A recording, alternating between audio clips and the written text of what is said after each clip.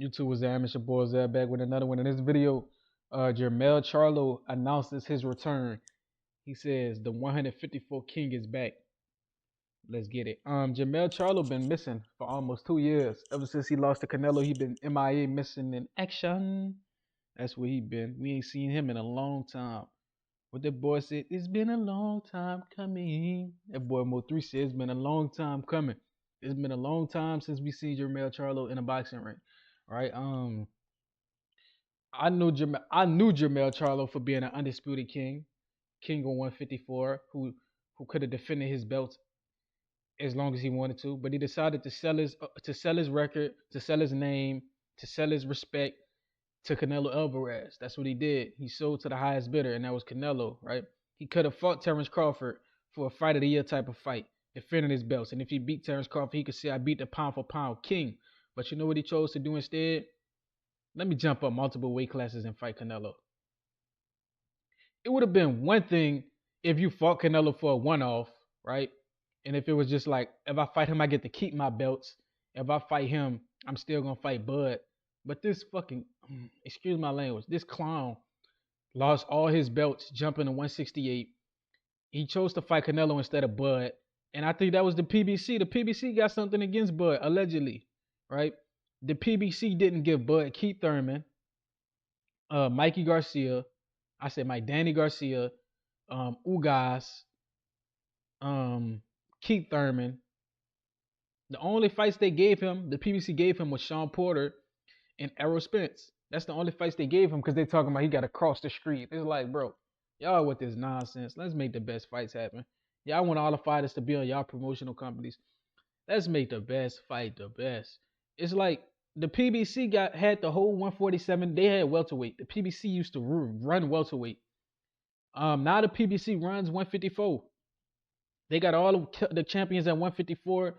Fundora, Bakram. They even got Jermell, and they still got Keith, Tim Zoo. They got the whole 154 division at the PBC, right? That's what they have. But it's ridiculous because they made it hard for Terrence Crawford to get undisputed at 47. I can only imagine what they're gonna do to make it hard for him to get it at 54. I think that's part of the reason he's leaving 54, right? Because Terrence Crawford would have been undisputed by now if they gave him Tim Zoo. If they gave him, he could have probably, him versus Bakram might be the hardest fight.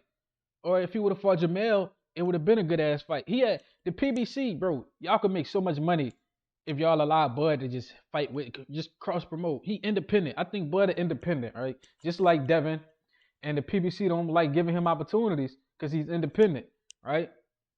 He not gonna let them get no crazy share of his profits. He knows he's business savvy, right? He not getting screwed over on contracts, right?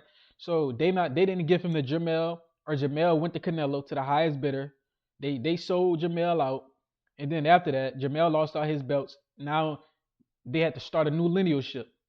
Tim Zoo was unified. Tim Zoo lost to Fundora, right? Fundora could have fought Bud. He chose not to. He used Errol Spence as a shield to hide behind. He knew he wasn't gonna fight Errol. Errol crippled at this point, right?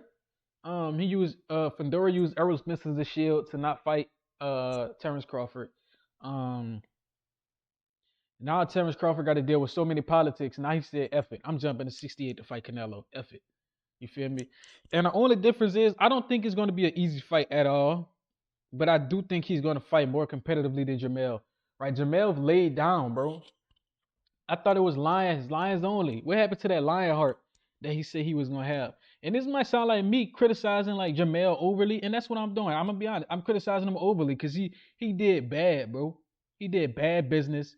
He was politicking. He let the politics get in between a great fight between him and Terrence Crawford. Now he talking about I'm returning. We don't care. We don't care if you come back to 54. Go to 160. You already conquered 54. Go to middleweight. What you trying to come back to 54 for? Go to middleweight. You feel me? We don't care if you come back. Go to middleweight. Like I'm saying, bro. Go to middleweight. It's so much smoke at middleweight. Carlos Adames. What's the other guy's name? I think I don't know, bro. It's just so many guys at middleweight. You feel me? That he can fight. Chris Eubank. You feel me? Jermell Charlo versus Chris Eubank Jr. Hell of a fight. Jermell Charlo versus Carlos Adames. He already on PBC. Hell of a fight, right? There's so many dudes he can fight at middleweight, but he's trying to return to 54. We don't care about that. You feel me? I don't understand how these dudes can't see it from the outside looking in. Bro, we want to see the best fight the best. We don't care about we don't care about you returning to a weight class you already conquered. Go to another weight class and prove how good you are against bigger guys. You feel me? Because you already sold out versus Canelo. The least you could do is try to make up for it by becoming a two division champ. You feel me? So that's pretty much where I had enough of Jermell Charlo. Right? He talk all this big dog lines only, this tough talk, but then chose to sell out to Canelo. Now he talking about coming back to 54. We don't care. You feel me? Go to 60. Let me know what y'all think. Like, comment, subscribe, share this. Hit the post notification bell. Till next time.